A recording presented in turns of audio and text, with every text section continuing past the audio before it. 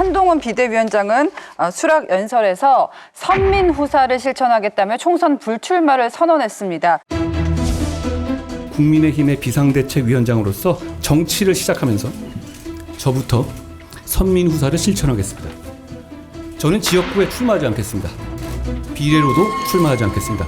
오직 동료 시민과 이 나라의 미래만 생각하면서 승리를 위해서 용기 있게 헌신하겠습니다. 아마도 먼저 희생하는 모습을 보임으로써 우리 모두가 하나의 공동체로서 국가 운명을 위해서는 개개인의 사적인 이해관계를 내려놓자, 아마 그런 상징적인 의미가 있다고 생각합니다.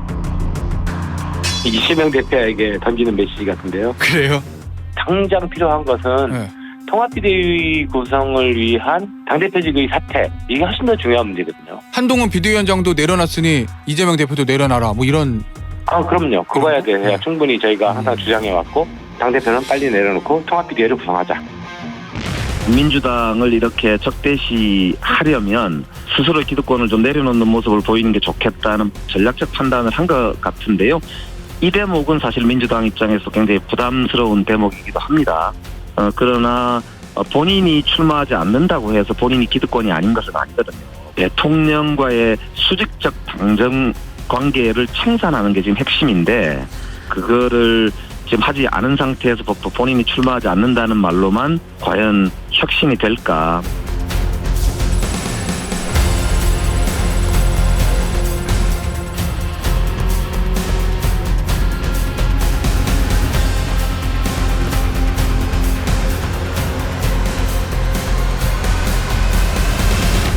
사실 예측을 못했다라는 분들도 많았는데요. 어떻게 보셨습니까?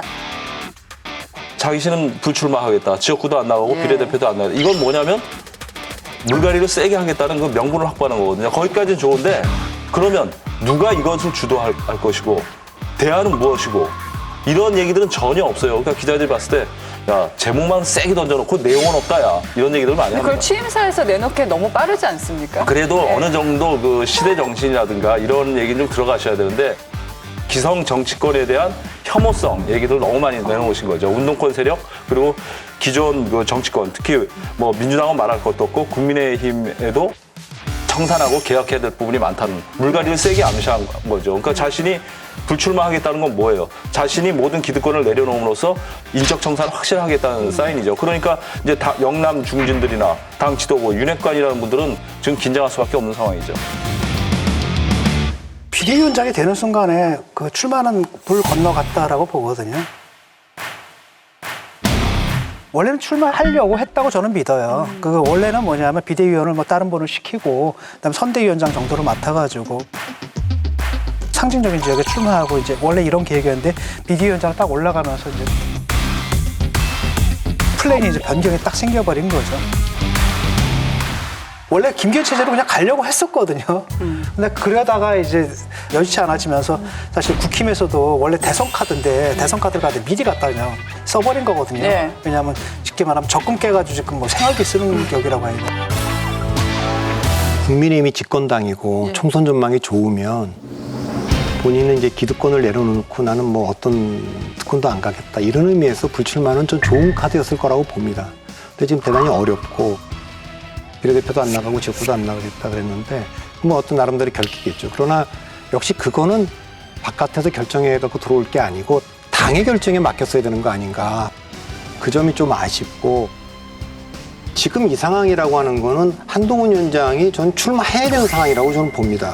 그래서 가동할 수 있는 자원을 다 넣어서 그 민주당이 의석을 갖고 있는 걸 한 석이라도 가져와야 될 문제지, 이걸 지금 정치권 바깥에서 바라보면서 여야 가리지 않고 이건 내가 물갈이하고 좀 바꿔야겠다 이렇게 대상화하는 건 좋지 않고, 적어도 나도 가장 힘든 곳에 가서 싸우겠다. 적어도 지금은 장수가 맨 앞에 가면서 나를 따르라 이제 이런 걸 해야 될 상황인데 좀 그러지 못했다는 거고, 의석수를 좀 이번에 국민의힘이 조금 올려야 되는 거라면 저는 그 카드를 너무 일찍 꺼내고 일찍 섞어버린 거 아닌가 싶어요. 현실적으로 출마를 하면서 전국 지원을 할 수 있을까 이런 고민을 저는 좀 했을 것이다. 강남 같은 경우 가능하지 않습니까? 하는 생각을 했고요. 욕먹죠. 그러나 또 강남 출마는 그야말로 또 그 나름의 마이너스가 있기 때문에 네. 아마 전국 지원을 하기 위해서는 출마하지 않는 것이 좋겠다 이런 판단을 한 면이 있을 것이고요. 그러면 비례대표로 가면 되지 않아 이런 얘기를 할 수 있는데 이게 비례대표 제도가 어떻게 갈지 알 수 없다는 그렇죠. 거죠. 지금 현재 제도가 바뀌지 않는다라고 하면 비례대표는 사실상 불가능하다. 그래서 이게 불투명하기 때문에 답을 할 수 없다라는 상황이기 때문에 그렇다라고 하면 나는 어떠한 기득권도 가지지 않고 열심히 지원만 하겠다 이런 뜻을 의지를 보인 것이 아니냐. 또 다른 한편에서는 한동훈 비대위원장 얘기가 나오기 시작하니까 송영길 대표가 야 불체포 특권을 가지려고 의원하려고 한다. 방탄하려고 한다. 이 얘기를 했어요. 나는 그런 특권 안 가지겠다. 라고 하는 의미일 수도 있다. 이런 생각을 하고 있고요. 조금 더 해석을 해보자라고 하면 이 비대위원장과 선대위까지 해서 선거를 끝내고 난 이후에 의원이 아니란 얘기는 당대표 선거에 더구나 이러지 않겠다라는 얘기일 수도 있다. 자기는 100일 동안 그러니까 한 넉 달 동안 총선 이후까지만 선수로 뛰겠다. 구원 투수로 뛰겠다. 그 이후 총선이 끝난 이후에는 정치판에서 사라지겠다. 이런 의미도 내포하고 있어요. 그렇게들 해석하고 있습니다. 사라질까 아니면 그 후에 화려하게 복귀하기 위한 화려한 복귀를 포석일까요? 위한 잠시 실종이죠. 이게 일종의 이제 도박이거든요. 도박이요. 사실은 터지면 대박인데 안 터지면 쪽박이 되는 이게 도박인 거잖아요. 근데 솔직히 말하면 이 국민의힘의 관점에서 총선 전망은 어두워요. 근데 만약에 패배로 끝나게 되면 사실 그거가 더불어서 한동훈 장관의 정적 생명도 그걸로 그냥 끝나버리는 거거든요. 근데 이제 결연하게 자기 결심을 한 거죠. 또 하나는 뭐냐면 이거거든요. 만약에 그게 성공을 해서 이게 성공한다는 게 총선에서 승리하는 것도 있겠지만 지난번보다 의석을 더 많이 확보했다면 나름대로 선방한 거잖아요. 그다음에 정치적 자산이 생기는 거거든요. 그럴 때 이제 의원 신보로 남고 당에 있게 되면은 다음에 이제 바로 뭐겠습니까? 선거에 도전해야 되는 거고. 그래서 딜레마가 뭐냐면 이게 미래 권력을 미리 갖다 썼기 때문에 레임덕에 빠져버릴 수가 있거든요. 그 사람들 다 어디에 줄 수겠습니까? 다음 공천 윤석열이 주는 거 아니거든요. 그러니까 윤핵관이 한핵관이 된다. 그냥 다 이쪽으로 모이게 되면 사실 대통령이 마비가 돼버리거든요. 그러니까 이것까지 하니까 난 여기까지만 한다라는 거고. 또 하나는 총선 카드를 너무 일찍 썼어요. 왜냐하면 대선 카드는 뒤늦게 나와야 되거든요. 그 처음에 이제 컨벤션 효과도 있고 그 신선미가 어느 정도 유지가 된단 말이죠. 그런데 이걸 너무 일찍 노출시켰거든요. 그렇게 되면 사실 그렇잖아요. 흙탕물 속에 들어가가지고 거기서 그냥 온갖 물이 다 튀는 거니까 제가 볼 때는 그것도 있는 것 같아요. 딱 하고 쫙 접고 그다음에 바로 의원을 거치지 않고 대선으로 직행하겠다. 난 그에 필요한 준비를 하겠다. 그래서 뭐 나가서 공부를 한다라든지 아니면 국내에 있어서 어떤 활동을 한다라든지 하면서 조용하게 그 대선 주자로서의 그 비전을 쌓는 이런 걸 한 다음에 또 특정한 순간에 다시 컴백을 하는 거고 지금 그 300분의 1에 내가 하나 들어간다? 여기에 대해서 큰 의미를 두지는 않은 것 같아요. 제가 볼 때. 저는 만약에 한동훈 비대위원장이 국회의원이 되고 또 당대표가 되고 이렇게 되는 경우에 있어서는 요구되는 것들이 많다고 생각합니다. 그중에 하나가 윤심을 뛰어넘어라 이런 요구들이 굉장히 많아질 것이다. 거기서 오는 갈등들 이런 것들에 대한 부담감 이런 것들도 저는 적지 않아 있을 것이다. 이런 아마 계산들을 하지 않았을까 하는 생각을 합니다. 자, 그렇다면 한동훈 위원장의 불출마 잘했다. 못했다라고 보신다면 어느 쪽을 손을 드시겠어요? OX 퀴즈입니까? 네, OX로 한다면. 저는 잘못된 카드라고 생각합니다. 출마했어야 된다. 우리 진중권 교수님은? 저는 그 의견이 없어요. 본인 판단이니까 꼭 그 틀에 맞춰가지고 생각할 필요는 없다고 생각이 들고.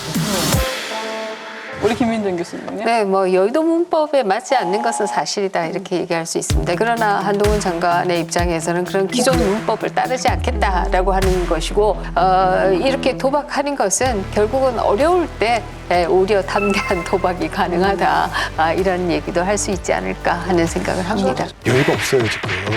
그 의석수가 지금 별로 없고 지금 그 대통령 긍부정 평가를 봐도 그렇고 모든 게 별로 안 좋기 때문에 경쟁력 있는 분들. 그럼 이제 그 여권을 전체를 통틀어 봐서도 한동훈 정도의 카드면 굉장히 강력한 카드거든요. 그러니까 그 정도 카드면 총선을 나가잖아요. 그럼 자기만 선거 이기는 게 아니라 그 언저리에는 조금 바람을 일으킬 수 있는 거점을 끌고 갈 수 있는 사람이에요. 옛날에 뭐 한나라당의 동북부 벨트는 뭐 홍준표가 끌고 뭐 서북부는 뭐 이재호가 끌고 또 이쪽에는 뭐 또 원희룡이 끌고 그러면 바람이 좀 이렇게 확산되는 게 있거든요. 옛날에는 우리가 이제 야당일 때 말입니다. 네. 제가 축이 돼서 동북부 선거를 했고 네네. 서북부에는 은평에 이재호가 있었어요. 네네. 그렇죠. 경기북도에는 김문수가 있었어요. 경기남도에는 수원에 남경필이가 있었어요. 네. 대구는 박근혜가 있었어요. 네. 부산, 울산, 경남은 김무성이가 있었어요. 선거에 한 축이 있었다 이 말이에요. 적절히 배치를 하면 굉장히 좋은 카드인데 뭐가 하나 뚝 빠진 느낌이 좀 있어서 지금 그 우리가 레임덕이나 여러 가지를 고민하는데 그거야 뭐 또 좀 그런 면에서 좀 아쉬움이 좀 이기고 있어요. 나서 걱정할 그러면 문제다. 지금 그런 거 걱정할 정도의 상황이 아니에요. 지금 상황이. 예. 우스갯소리로 한동훈 비대위원장이 9회 말 투아웃 투스트라이크 상황에서 볼이 애매하게 오더라도 후회 없이 휘둘러 보겠다고 얘기하셨잖아요. 9회 말 투아웃에 투스트라이크면 원하는 공 들어오지 않아도 스트라이크인지 볼인지 애매해도 후회 없이 휘둘러야 한다고 생각합니다. 국민의 상식과 국민의 생각이라는 나침반을 가지고 앞장서려고 합니다. 그 말이 되게 멋있어 보이는데 제가 야구인이거든요. 야구 팬인데 야구 상식에는 맞지 않는 말이에요. 정말 훌륭한 타자는요, 타석에 서서 정말 그 위기 상황에서도 좋은 볼을 가려내는 게 훌륭한 투수예요. 예. 가장 적절한 위기 상황에서는 볼을 던져야 되고 가장 유효한 스윙을 해야 되는 거예요. 근데 애매모호하지만 후회 없이 휘둘러 보겠다. 이거는 굉장히 위험한 도박입니다. 야구인의 입장에서. 네. 선거 이제 캠페인 전문가이기 때문에 선거가 진행되잖아요. 이제 왜 출마를 지금이라도 재고해야 되냐고 하면 모든 언론에서 그 가상 대결을 이제 발표할 겁니다. 네. 그런데 그걸 다 하는 게 아니에요. 상징적인 곳 한 10군데 정도, 많아야 20군데 정도 돌릴 겁니다. 그렇게 하죠. 근데 지금 국민의힘에서 그걸 했을 때 경쟁력이 있는 데가 없으면 내놓을 카드가 없다. 별로 없죠. 그래서 대선 주자들을 뭐 안철수든 원희룡이든 쭉 배치를 하면 한동훈도 배치를 해놓으면 중도층이나 2030한테 지지를 받아서 좀 나와요. 그러면 이제 전체적으로 이게 해볼 만한 거다. 전쟁에서요, 뭐 나갔는데 우리가 좀 지고 있으니까 더 열심히. 그렇게 한번 기가 꺾이면 쫙 밀리는 거예요. 그렇기 때문에 선봉장들이 너무 중요한 거예요. 그리고 원희룡 장이 정치를 하니까 자기가 개항 가서 붙겠다고 하는 게 바로 그거 아닙니까? 거기서 네. 묶어두겠다고 하는 거 아닙니까? 그렇죠. 이제 그런 점 때문에 전 지금이라도 한동훈 좀 꼭 한동훈이 아니어도 경쟁력인 사람은 다 출동해야 됩니다. 다 출동해서 저쪽 민주당의 유력 정치인들하고 가상대결 붙였을 때 해볼 만하고 이거 조금만 하면 이기겠다. 이래야지 전체적으로 전부 다 이게 분위기가 좀 업이 되거든요. 저한테 선거 전략을 다 짜라 그러면 원희룡 장관이고 한동훈 장관이고 제가 똑같은 말을 했거든요. 이번에 무조건 선거 전략의 목표는 의석수를 늘리는 겁니다. 우리 목표는 무조건 가반하는 겁니다. 최소 목표는 최소한 원내 1당 하는 겁니다. 1당 하려면 수도권에서 민주당보다 의석수 무조건 한 석이라도 더 하는 겁니다. 저 사람들이 40석 하면 우린 41석 하는 거고 50석 하면 51석 하는 거고 60석 하면 61석 하는 겁니다. 있는 자원 다 끌어라. 예. 다 그렇게 해서 배치를 할 테니까 그렇게 아십시오. 저는 그렇게 했을 것 같습니다. 한희 위원장이 불출마 선언을 하니까 당내 의원들 반응이 좀 궁금합니다. 과연 희생이니까 환영을 할까? 아니면 이 칼이 나에게 오지 않을까? 후덜덜할까? 제가 통화한 몇몇 의원들 반응이 그 불출마에 대해서 관심을 많이 보이는데 첫 마디가 그거더라고요. 도대체 어디까지 치려고 저러는 거야? 이러시더라고요. 그러니까 친윤계 영남 초선 의원들이 1차 물갈이 대상이 될 수 있다는 얘기들이 나오거든요. 요즘 대구 분위기 어떻습니까? 이제 공천 군면 들어가는데 혹시 불안하십니까, 의원님? 당연히 불안하죠. 예. 아마 불안하지 않다고 하는 국회의원은 거짓말일 겁니다. 대구뿐만 아니라 전 지역에 있어서 그 뜻이 제가 볼 때는 굉장히 시사하는 바가 크고 무섭다. 이 거취에 따라 내외부적으로 여러 가지 변동성이 사실은 컸었는데 이런 부분을 아주 초스피드로 본인에 대한 불확실성을 제거해 준 것은 저는 상당히 높게 평가를 하고 있습니다. 내부적으로 우리 국힘 후보들 역시 그 결정의 속도가 상당히 빨라지지 않을까. 출마를 하셔야 할 분은 오히려 출마를 해야 됩니다. 불출마 자체가 어떤 그게 미덕인 것은 아니거든요. 제가 어제 그 말을 했던 것은 우리가 이렇게 어려운 상황에서 승리하기 위해서 물론 그 승리의 목적은 동료 시민과 이 나라 더 잘 살게 하겠다는 선의입니다. 제가 말로만 헌신하겠다, 헌신하자 하면 다들 그냥 말뿐이라고 생각했을 겁니다. 그런 차원에서 제가 미리 말씀드린 겁니다. 윤여한 혁신위원장 시절부터 뭐 친윤, 지도부, 윤핵관 얘기가 계속 나왔잖아요. 근데 남아있는 상징적 인물이 두 분 남았잖아요. 그 이철규 인재영입위원장 그리고 박성민 의원이잖아요. 그 두 분을 어떻게 조치할지 그게 이제 마지막 고비가 되겠죠. 이철규 인재영입위원장의 사의를 표했고 박성민 의원이 남아있는데 굉장히 그 억울하고 답답하다고 얘기하더라고요. 최근에 좀 구설이 있었죠. 대통령이 해외 순방 중에 전화 여러 번 걸어서 뭐 그걸 사실 공개해가지고 논란을 좀 빚었는데 그와 관계없이 나는 저 대통령 당선을 위해서 뛴 거밖에 없는데 이제 와서 뭐 대통령과 가깝다는 이유로 물러나라 그러면 그건 자기는 받아들일 수 없다. 그래서 그게 무슨 뜻이냐 그러면 뭐 계속 그 한동훈 비대위에서 공천 안 주면 어떻게 할 거냐 그러면 그럼 그때 가서 생각해 봐야겠지만 정치를 포기할 생각은 없다 그렇게 말씀하시더라고요. 계속 출마하겠다는 생각이 강하고 주변에서는 공천 안 주면 무소속이라도 출마할 생각을 가지고 있다고 얘기하더라고요. 근데 이번에 그 한동훈 위원장을 추대하는 과정을 보니까 상반된 분들이 같이 밀었어요. 한 부류는 한동훈 아니면 우린 다 죽는다. 어차피 같은 배를 탔으니 한동훈으로 가야 살아남는다. 이렇게 해서 쭉 민 분들이 있고 또 한 부류는 반대 얘기라는 거예요. 한동훈 위원장이 돼야지 그 사람들을 날릴 수 있다. 딴 사람들은 되질 않는다. 이런 거예요. 근데 이제 후자의 경우 조심해야 될 게 있습니다.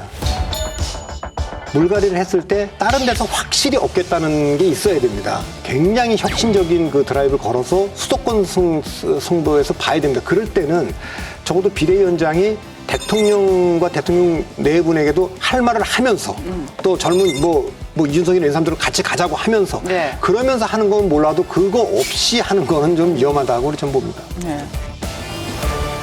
불출마는 정말 바람직한 카드가 아니라는 의견들이 더 많아요. 내가 정치인들 쓸 거면 이 자리에 안 나왔을 것이다.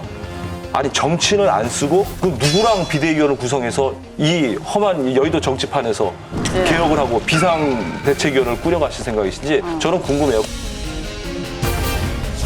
한동훈 비대위에 승선한 지명직 비대위원 8명 중 40대 이하는 6명입니다. 시각장애인 피아니스트 출신의 김예직 의원을 제외하곤 전부 비정치인입니다. 최연소 비대위원은 18년 동안 보육원에서 자란 21살 대학생 윤도현 씨로 2년째 보육원 출신 청년들을 상대로 멘토링과 자립을 돕고 있습니다.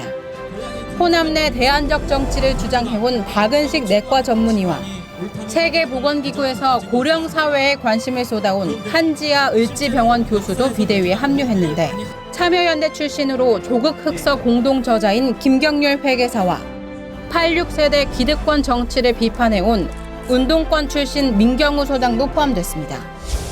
26일 그 수락연설문에서 특이한 점이 또 하나 있어요. 윤석열 대통령 그 이름 석자를 한 번도 언급하지 않습니다. 맞습니다. 네. 보통의 의례 연설문이라면 윤석열 대통령을 끝까지 지키겠다. 윤석열 정부를 성공시키도록 하겠다. 이렇게 얘기를 하는데 한 번도 언급하지 않습니다. 몇 차례 제가 말씀드렸는데 여러분들이 좀 잘못 알고 있는 게 윤석열 대통령과 한동훈 장관의 관계는 수직적이고 상하관계로 생각하는데 그런 관계가 아니에요. 평검사 시절부터. 대통령이 최근에 그 2번의 그 참모들과의 자리에서 이런 얘기를 워딩을 하셨어요. 나는 검사 시절부터 한동훈에게 상사로서 업무 지시를 잘 하지 않았다. 오히려 내가 의견을 구하는 관계였다. 한동훈은 나에게 있는 그대로를 전해줄 사람이다.